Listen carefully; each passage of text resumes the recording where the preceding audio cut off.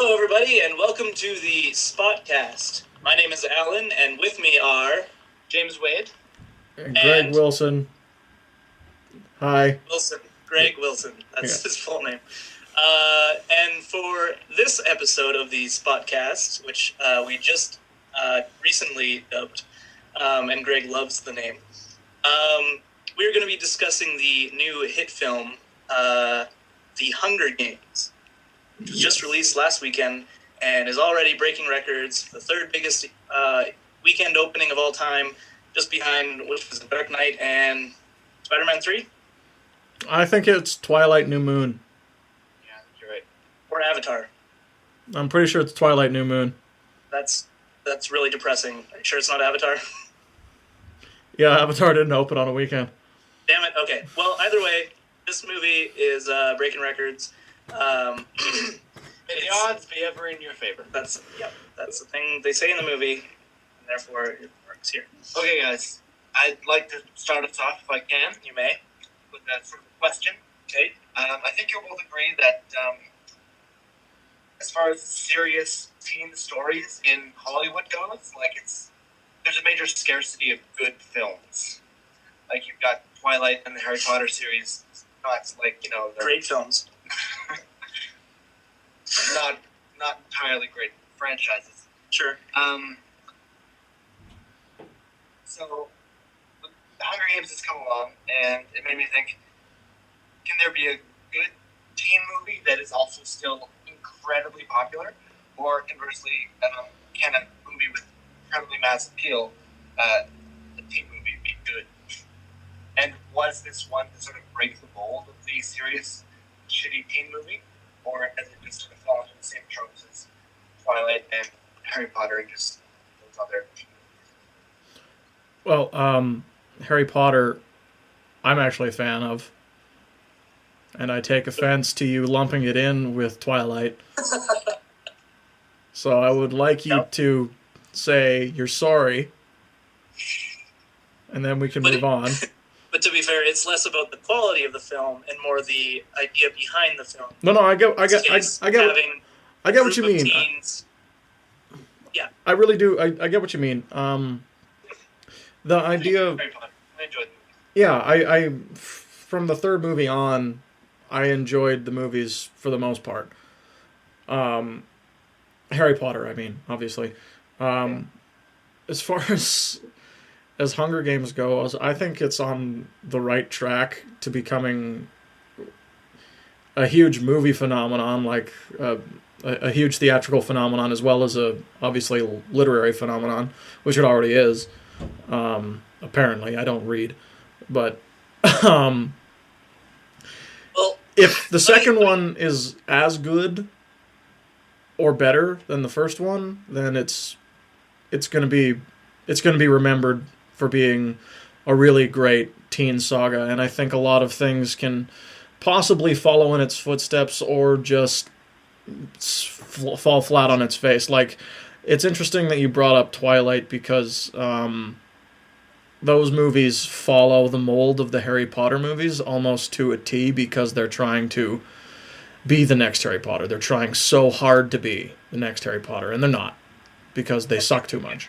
These movies are marketed as the next franchise to take on that role. Yes, and I think they have a better chance at it than... I think they're more worthy of it. I think they have more to say. I think they're more entertaining. I think it's a good start. Yep, I can agree. So I think before we get into specific things about the film, why don't we just the three of us, in as brief as possible, just kind of discuss general reaction to the film, just kind of one after the other. So, Greg, why don't you start? What your general reaction to the Hunger Games? I was really into it the whole movie. Funny enough, the games part was the part that I was least interested in, and it was the world that I was more interested in, and learning about that world, which is why I'm actually excited for there to be a sequel of sorts. And when the movie finally ended, I actually wanted there to be more. I wanted the denouement to keep going, and I wanted the fallout of these Hunger Games, where there are two winners, to be explored more in the final minutes of the movie, which apparently is what the sequels are about. So, yay for me, James. Cool. James? Yeah, I really enjoyed the film quite a bit. I thought about it a lot going through it as a teen film because it's a teen franchise, so I thought about the teenage experience. All the characters are teenagers, and I thought the movie actually worked as a fairly potent analogy for being a teenager. That being a teenager is a battlefield. You have to compete with your other people of that age, and it's a really hard time, and you're feeling judged at every moment. And I think the analogy fit fairly well, and it was actually fairly potent at both times. I really liked it, and I think it follows some of the same trappings as like hating the government, Big Brother, and that really sort of broad stroke of rebellion that a lot of teenage apathy comes with.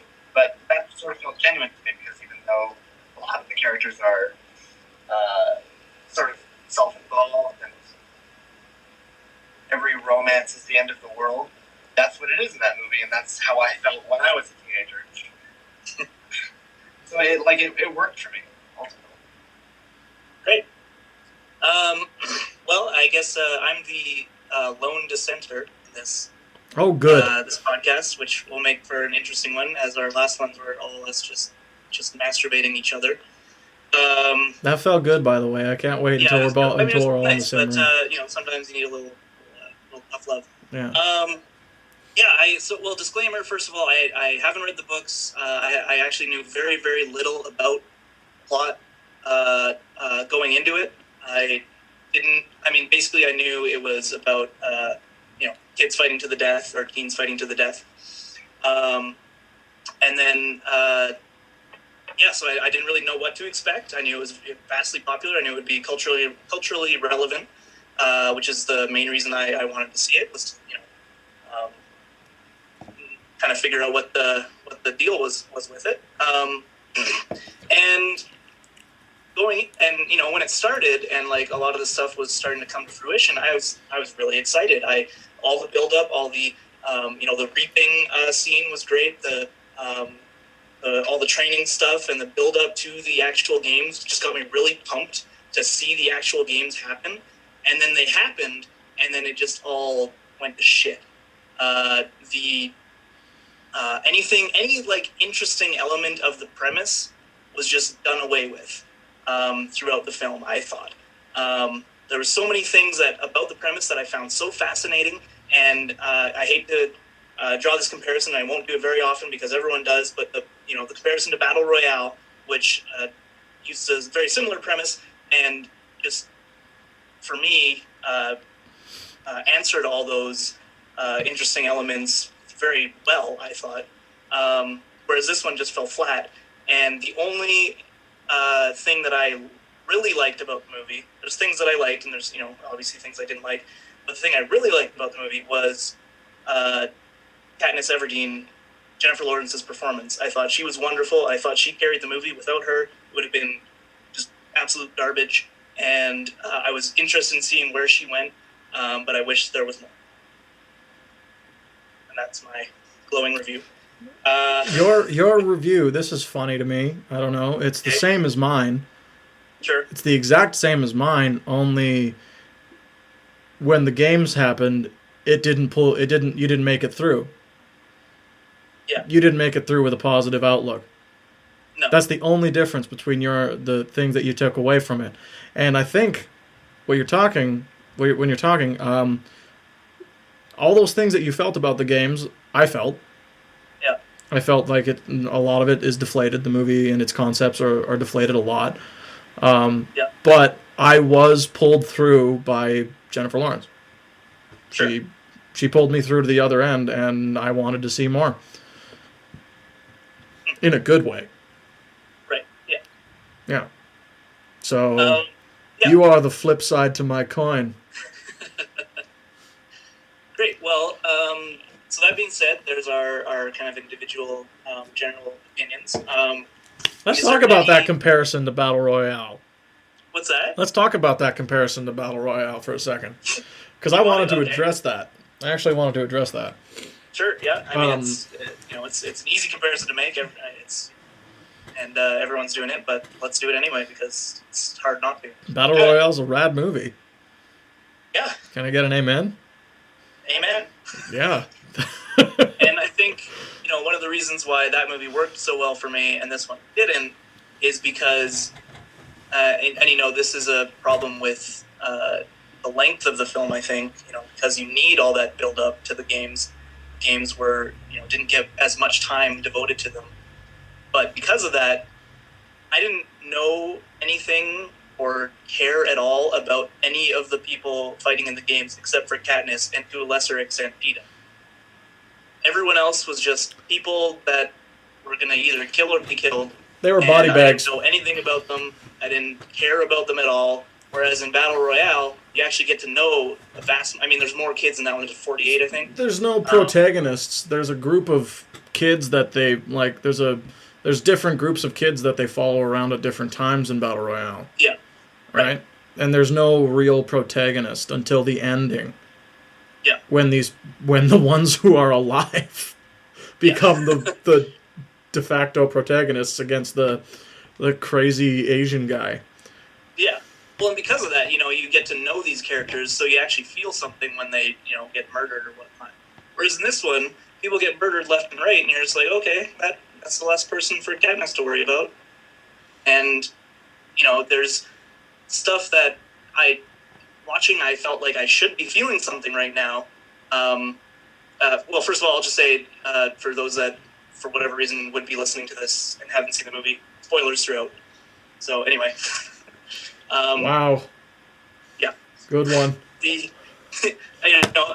Specifically when the character of Rue died, and I didn't know anything about her, and there's this big emotional scene with Katniss. Obviously, I know there's supposed to be some comparisons to, her feelings towards her little sister, but there was none of that in the movie. There was like... You didn't get any relationship? You didn't get that connection? I didn't until after I saw... another disclaimer, after I saw the movie, I read up on the plot to see what kind of stuff I missed from the movie that was in the book, and that's a whole discussion as well, but I realized, Rue was supposed to be like her little sister. I did not get that at all in the movie.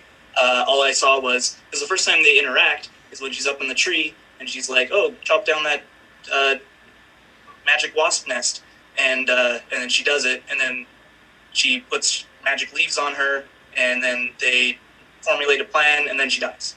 So there was really very little time to build that relationship, and because of that, there was no emotional payoff for me when she died. I think... Yes, like in every part of the movie, most of the relationships are set up. Hang on one second. You're going to have to come closer to the mic. Oh, all right.